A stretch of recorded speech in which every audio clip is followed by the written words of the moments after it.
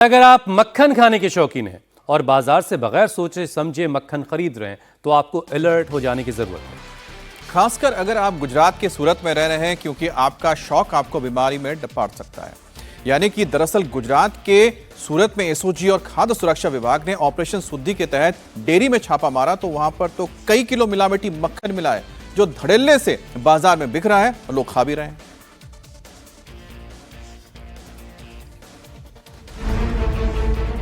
शादियों का season peak पर है और मिलावटखोर इसका भरपूर फायदा उठाने में लगे हैं। ना तो वो दूध को छोड़ रहे हैं, ना पनीर और ना ही मक्खन, सब में जमकर मिलावट की जा रही है। पॉलिथीन में पैक ये मक्खन है, लेकिन खाने लायक नहीं, क्योंकि इसमें ऐसी ऐसी चीजें मिलाई गई हैं जिसे अगर आप खा लेंगे तो बीमार होने का खतरा बढ़ जाएगा। गुजरात में सूरत पुलिस ऑपरेशन शुद्धि के तहत खाद्य सुरक्षा पर सख्त कदम उठा रही है और इसी क्रम में मिलावटी पनीर के बाद मिलावटी मक्खन जब्त किया गया।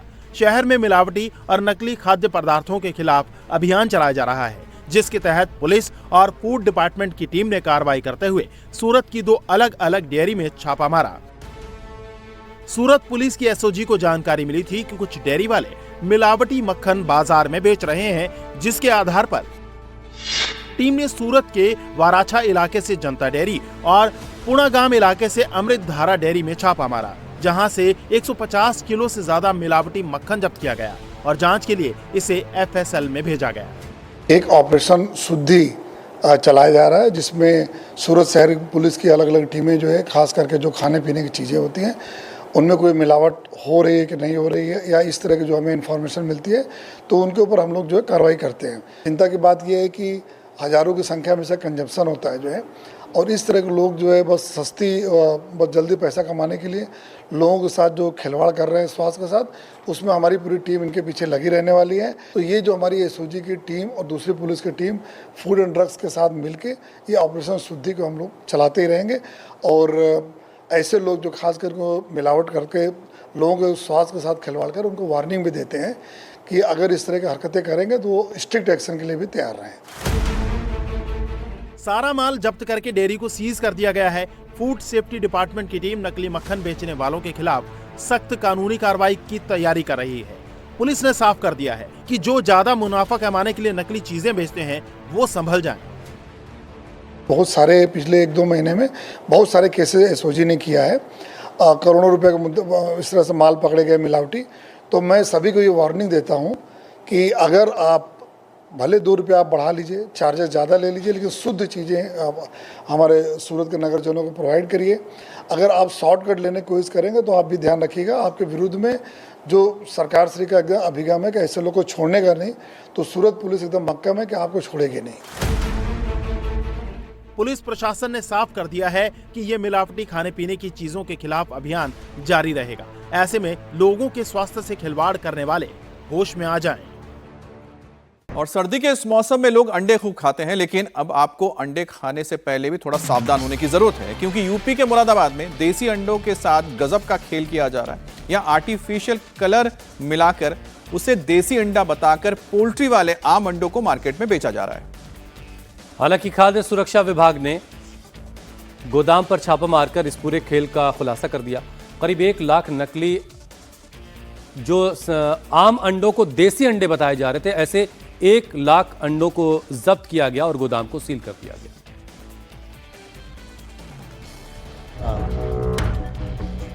अच्छी सेहत के लिए संडे हो या मंडे रोज खाएं अंडे, ये सलाह तो आपने खूब सुनी होगी, लेकिन अब वही अंडा खाना हेल्दी नहीं रहा। अब अंडा खाना स्वास्थ्य के लिए फायदेमंद नहीं बल्कि हानिकारक हो गया है। अंडा खाने से प्रोटीन, विटामिन और खनिज भरपूर मात्रा में नहीं मिलेगा, बल्कि अंडा खाने से आप बहुत बीमार होकर अस्पताल जा सकते हैं। ऐसा हम क्यों बोल रहे हैं, अब जरा उसके पीछे की वजह जान लीजिए। वीडियो देखकर आप सोच रहे होंगे कि ये अंडे हैं, तो नहीं, थोड़ा ठहरिए, क्योंकि ये अंडे नहीं बल्कि नकली अंडे हैं। जी हाँ, नकली अंडे। आपने नकली दूध, नकली मावा, नकली पनीर सुना होगा, लेकिन अब सामने आया है नकली अंडा। यूपी के मुरादाबाद में खाद्य सुरक्षा विभाग की टीम ने वहां छापा मारा जहां ये नकली अंडे तैयार हो रहे थे। छापे में खाद्य विभाग की टीम को करीब 45,000 से ज्यादा नकली पीले अंडे और 35,000 से ज्यादा असली सफेद अंडे समेत 1 लाख अंडे बरामद हुए। शिकायत मिली थी कि लोग अंडे को रंग करके बेच रहे हैं, उसको अपना नकली बनाने का प्रयास कर रहे हैं। तो उसमें हमने करीब 12-13 दिन वर्कआउट किया। हमने मुखबिर तंत्र को विकसित करके अपने वहाँ पे मुखबिर लगाया और पूरी सूचना जब इकट्ठी हो गई, हम लोग वहाँ पे गए। वहाँ पर जाने के बाद टीम के साथ पूरा जांच किया। जांच करने पे अंडा भी मिला, जो अंडे का व्यापारी था जो ये काम कर रहा था वो भी मिला, और करीब 10-12 वर्कर थे जो काम कर रहे थे, वो लेबर थे। तो इनके खिलाफ तहरीर दिया गया। गोदाम में सफेद अंडों को कुछ केमिकल से पीला करके देसी अंडा बताकर बाजार में महंगे दामों पर बेचा जा रहा था। ये अंडे कैसे बनाए जा रहे थे, अब ये जानेंगे तो आप हैरान रह जाएंगे। सफेद अंडों को चाय पत्ती, कत्था और सिंदूर के पानी में डुबोकर देसी अंडा बनाया जा रहा था।